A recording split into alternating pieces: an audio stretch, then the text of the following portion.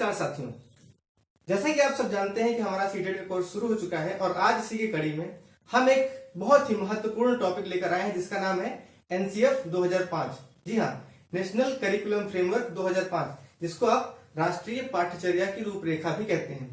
तो दोस्तों, जैसा कि आप सब जानते हैं कि अगर कोई भी नया कानून बनता है या नई रूपरेखा तैयार होती है तो उसके पीछे कुछ कमियां रही होंगी, तभी तो नई चीज आई है।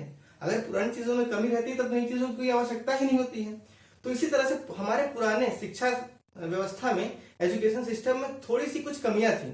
उन्हीं कमियों को दूर करने के लिए राष्ट्रीय पाठ्यचर्या की रूपरेखा लाई गई, जिसको आप एनसीएफ 2005 के नाम से भी जानते हैं। तो उनमें से कुछ कमियां मैं बताता हूं आपको। जैसा कि पहला था कि विद्यालय बहुत ही ज्यादा दूर थे, school distance was very much. तो जब बच्चा आने स्कूल जाने में और स्कूल से वापस आने में ही उसका सारा समय खर्च हो जाएगा तो पढ़ाई कैसे करेगा। पहले ये हो गई। दूसरी कमी क्या थी कि बहुत ही ज्यादा भारी स्कूल बैग, मतलब कोर्स इतना ज्यादा था कि बच्चा उसी में फंस जाता था। उसकी सारी ऊर्जा बस्ते को ढोने में लग जाती थी, और जब सारा उसकी ऊर्जा बस्ते के बोझ में लग जाएगी तो पढ़ाई एकाग्रता के साथ कैसे कर पाएगा, कक्षा में ध्यान कैसे लगा पाएगा। तो दूसरी समस्या ये थी। तीसरी समस्या थी कि जो इंफ्रास्ट्रक्चर की कमी थी, यानी कि संरचना की कमी विद्यालय में। जैसे कि किसी विद्यालय में शौचालय नहीं है सही से, किसी विद्यालय में लाइब्रेरी नहीं है सही से। तो ये सब बेसिक इंफ्रास्ट्रक्चर की कमी थी। अगली समस्या है लिंग रूढ़िवादिता, यानी कि जेंडर स्टीरियोटाइपिंग। आप जानते हैं कि पुराने समय में लड़की और लड़कों को अलग अलग तरीके से देखा जाता था। जैसे फलाना सब्जेक्ट केवल लड़की पढ़ेगी, फलाना विषय केवल लड़का पढ़ेगा। लड़कियों के लिए होम साइंस म्यूजिक बना हुआ है, लड़कों के लिए खेल बना हुआ है, गणित लड़के पढ़ेंगे, लड़कियां गणित नहीं पढ़ेंगी। इस तरह की पहले मानसिकता थी। और इसके अलावा एक और समस्या थी जिसको हम कहते हैं इंक्लूजन की समस्या, यानी कि समावेश की समस्या। जैसा कि आप सब जानते हैं कि समाज हमारा जो है विभिन्न जातियों धर्मों में बटा हुआ है। तो कक्षा में इस चीज को बढ़ावा ना मिले, इस कक्षा में बच्चों के बीच भी विभिन्नता आ जाती थी। जैसे कोई मान लो किसी जाति का लड़का कहता था मैं इसके साथ नहीं बैठूंगा या मैं इसके साथ खाना नहीं खाऊंगा। इस तरह से हमारा जो सामाजिक एकता है वो भी खंडित होती थी। इसी के बाद चौथा है जो निशक्त बच्चे हैं, यानी कि जो किसी न किसी रूप से जिनमें विकार है। जैसे कोई मान लो कोई मेंटल डिसेबिलिटी किसी को है, मानसिक विकार है, या फिर किसी को देखने में समस्या है, किसी को सुनने में समस्या है, किसी की हड्डियों में कोई समस्या है, तो उनको भी कक्षा में प्रवेश नहीं मिलता था, उनको भी शिक्षा से वंचित रखा जाता था। उसके बाद अगली समस्या है जो हमारी समय सारणी, यानी कि टाइम टेबल है। टाइम टेबल में कोई गैप नहीं होता था। शिक्षक आए, वो पढ़ाते चले गए, बच्चे का मन लग रहा है नहीं लग रहा है, कोई मतलब नहीं किसी को। समस्या थी वो थी पनिशमेंट, यानी कि कोई भी टीचर किसी को डंडे से मार दे रहा है, किसी को डस्टर से मार दे रहा है, किसी को मुर्गी बना दे रहा है, किसी को बकरा बना दे रहा है, किसी को मुर्गा बना दे रहा है, किसी को कुर्सी बना दे रहा है। तो उससे भी मतलब जो कक्षा में पार्टिसिपेशन था वो कम होता था, बच्चों के बीच में एक भय उत्पन्न होता था। तो इन्हीं सभी कमियों को दूर करने के लिए एक नई रूपरेखा तैयार की गई जिसका नाम था राष्ट्रीय पाठ्यचर्या की रूपरेखा 2005। एनसीएफ 2005 अपनी तरह का चौथा एनसीएफ है। एनसीईआरटी के द्वारा इसको पब्लिश किया गया था, यानी कि इससे पहले भी 3 एनसीएफ आ चुके थे। जैसा कि पहला 1975 में, दूसरा आया था 1988 में और तीसरा आया था सन 2000 में। जो हमारा एनसीएफ 2005 जिसको एनसीईआरटी के द्वारा पब्लिश यानी कि प्रकाशित किया गया था, ये एमएचआरडी यानी कि मानव संसाधन विकास मंत्रालय की पहल पर प्रोफेसर यशपाल की अध्यक्षता में एक समिति बनाई गई थी जिसका नाम था नेशनल स्टीयरिंग कमेटी। ने कुछ पुरानी रिपोर्ट्स को बेस बनाते हुए, कुछ पुरानी रिपोर्ट्स को बुनियाद बनाते हुए अपनी रूपरेखा तैयार की, जिसमें से एक था रविन्द्रनाथ टैगोर जी का एक एसे जिसका नाम था सभ्यता और संस्कृति, यानी कि सिविलाइजेशन एंड कल्चर। दूसरा था लर्निंग विदाउट बर्डन, यानी कि शिक्षा बिना बोझ की एक रिपोर्ट आई थी उसके ऊपर। तीसरा था नेशनल एजुकेशन पॉलिसी, यानी कि राष्ट्रीय शिक्षा नीति 1986 के लिए 21 नेशनल फोकस ग्रुप बनाए गए और 17 राज्यों की 22 भाषाओं में इसका अनुवाद हुआ था। और वो अनुवाद भी दोस्तों फ्री में नहीं हुआ था।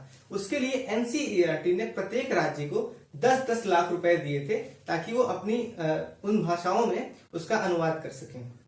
और साथ ही सुनिश्चित किया गया था कि एससीईआरटी जो कि राज्य स्तर पर होती है और डाइट जो कि जिला स्तर पर होता है, इनमें शिक्षकों की नौकरी के बाद और नौकरी से पहले एक अच्छी ट्रेनिंग हो सके। तो इसके कुछ उद्देश्य की अगर हम बात कर लें तो इसका देखिए, हमारा ये जो एनसीएफ एक कंस्ट्रक्टिविज्म पर बेस है, मतलब रचनावाद पर बेस है। मतलब हम बच्चे को खुला छोड़ देंगे और बच्चा अपने दिमाग से मंथन करेगा, सोचेगा, चैलेंजेस को लेगा और फिर वो हर तरह की समस्या सॉल्व कर लेगा। मतलब हमारा बच्चा कुल मिलाकर एक बाहुबली है।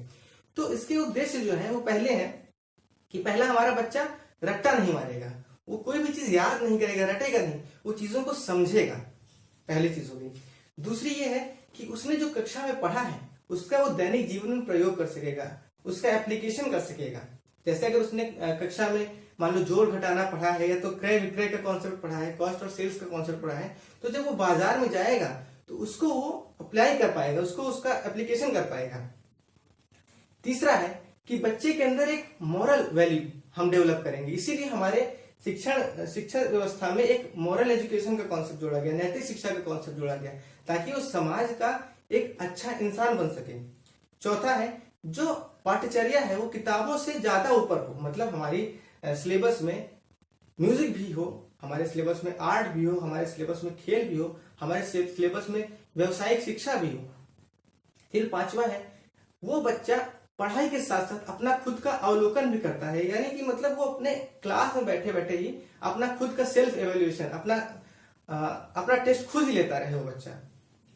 जेपी नायक जी की त्रिभुज की बात कर लेते हैं। जेपी नायक जी ने एक त्रिभुज दिया था जिसमें उन्होंने 3 मुख्य बिंदु बताए थे।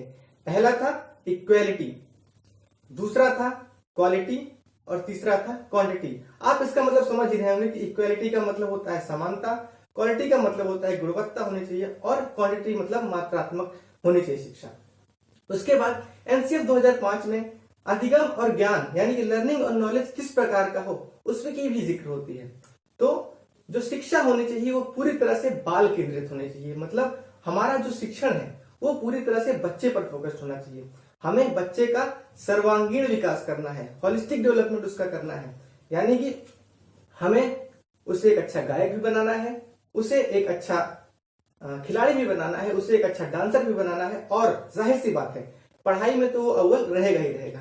उसके बाद हमें सभी बच्चों को साथ में लेकर चलना है, मतलब पढ़ाई जो होनी चाहिए इंक्लूसिव होना चाहिए, समावेशी होनी चाहिए, चाहे वो किसी भी जाति का हो, किसी भी धर्म का हो, वो चाहे मानसिक रूप से विकलांग हो या फिर शारीरिक रूप से विकलांग हो, उसको दृष्टिबाधित हो मतलब ब्लाइंड हो या फिर डेफ हो, लेकिन हमें उसे क्लास में इंक्लूड करना है और उसका भी हमको डेवलपमेंट करना है।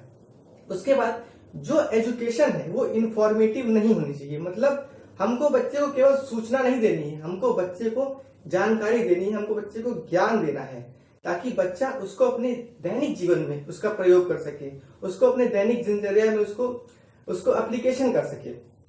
फिर हमको जो एजुकेशन देनी है वो एक स्किल बेस्ड होनी चाहिए, ताकि बच्चा उससे भविष्य में कुछ आमदनी कर सके, उसका जीविकोपार्जन हो सके, उसका लिवलीहुड, मतलब वो भविष्य में वो कमाई कुछ कर सके उसी पैसे से। ऐसा नहीं कि हमने ज्ञान दे दिया लेकिन ज्ञान का कुछ उपयोग नहीं है तो बच्चा कुछ कर नहीं पा रहा है आगे चल के। तो बच्चे को हमको व्यवसाय परक शिक्षा देनी है।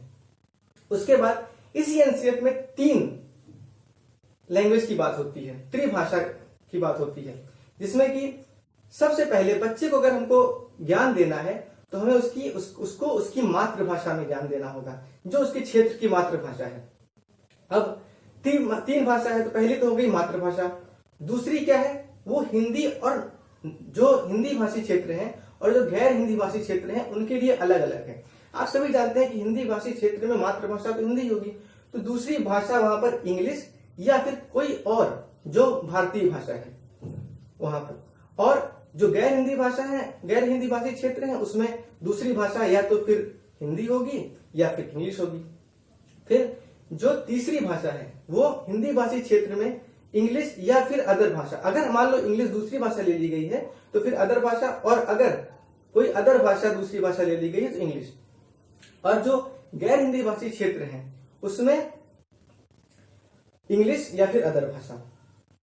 उसके बाद एनसीएफ 2005 बात करता है कि स्कूल किस प्रकार से होने चाहिए, स्कूल में क्या क्या होनी चाहिए सुविधा। तो स्कूल में सबसे पहले उसकी बिल्डिंग अच्छी होनी चाहिए, उसमें एक अच्छा वेंटिलेशन होना चाहिए, मतलब उसमें प्रकाश अच्छे से आ सके, लाइट अच्छे से आ सके, हवा अच्छे से पास होती रहे, मतलब कमरे में उमस ना हो और बच्चे को सब कुछ सही सही दिखाई दे, उसकी व्यवस्था होनी चाहिए। फिर स्कूल जो है वो हाइजीनिक होना चाहिए, मतलब साफ सुथरा रहना चाहिए, स्कूल क्लासें साफ सुथरी रहनी चाहिए, टॉयलेट साफ सुथरा रहना चाहिए, शौचालय साफ सुथरा रहना चाहिए, स्कूल में एक अच्छे प्लेग्राउंड की व्यवस्था हो, एक अच्छे हॉल की व्यवस्था हो और स्कूल में एक अच्छी लाइब्रेरी की व्यवस्था हो और एक जो शिक्षक और छात्र का अनुपात है, यानी कि टीचर स्टूडेंट रेशियो है, वो सही। टीचर का रोल वो गुरुकुल वाले अमिताभ बच्चन की तरह नहीं होना चाहिए कि जो बोल दिया वो बोल दिया। टीचर का रोल एक सुविधादाता की तरह होना चाहिए, टीचर का रोल एक फैसिलिटेटर का होना चाहिए। टीचर बच्चे के साथ रहे, उसका एक मार्गदर्शक बनकर रहे। अगर बच्चे को किसी चीज में कमी आ रही है तो उसके साथ रहे, उसका नैतिक विकास करा सके, उसका सामाजिक विकास करा सके, उसका शारीरिक विकास करा सके, उसका संज्ञानात्मक विकास करा सके और उसको समाज में रहने का एक तरीका बता सके। टीचर का रोल ये है। उसके बाद इस एनसीएफ में ये फोकस किया गया कि जो विद्यालय हैं उनकी पहुंच दूर सुदूर गांवों तक हो, मतलब रूरल एरियाज में भी स्कूल खोले जाएं। फिर अलग अलग सब्जेक्ट्स के बारे में अलग अलग तरह की बातें की गई, जैसे कि अगर गणित यानी कि मैथ्स है तो मैथ्स का मतलब ये है, मैथ्स इसलिए पढ़ा जाता है ताकि हम उसको अपने जीवन में उपयोग कर सकें। अगर हमने जोड़ घटाना गुणा भाग कुछ भी सीखा है तो हम उसको अपने दैनिक जीवन में प्रयोग कर सकें। विज्ञान पढ़ाया जाता है ताकि हमारे अंदर एक क्यूरियोसिटी डेवलप हो, एक जिज्ञासा विकसित हो। सोशल साइंस इसलिए पढ़ाया जाता है कि हम एक अच्छा नागरिक बन सकें, हमें अपना इतिहास पता चल सके, हमें अपना एक भूगोल पता चल सके ताकि हम उसको अपने दैनिक जीवन से कनेक्ट कर सकें। फिर इसी प्रकार से शांति शिक्षा पढ़ाई जाती है, व्यवसाय परक शिक्षा यानी कि वर्क एजुकेशन शिक्षा पढ़ाया जाता है। उसके बाद फिर आर्ट पढ़ाया जाता है, कला पढ़ाई जाती है, हेल्थ एजुकेशन भी दिया जाता है। तो कुल मिलाकर एनसीएफ का जो मेन फोकस है वो इसी चीज पर है कि बच्चे को दैनिक जीवन से जोड़ा जाए, यानी कि रियल लाइफ से उसको जोड़ा जाए। और टीचर का रोल केवल और केवल एक फैसिलिटेटर का है। और ये किस थ्योरी पर बेस्ड है एनसीएफ? एनसीएफ बेस्ड है कंस्ट्रक्टिविस्ट थ्योरी पर।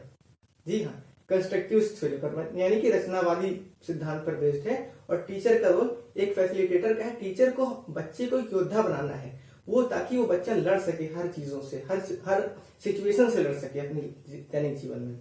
तो बस यही था कुल मिलाकर एनसीएफ का क्रक्स, जो आपके सीटेट में आएगा। और उम्मीद करता हूं कि आप सभी को ये मेरा जो वीडियो है ये पसंद आया होगा। और अगर आपको पसंद आया तो प्लीज इस चैनल को आगे बढ़ाएं, क्योंकि मुझे लगता है अगर हम साथ मिलेंगे तो यस वी विल। जय हिंद।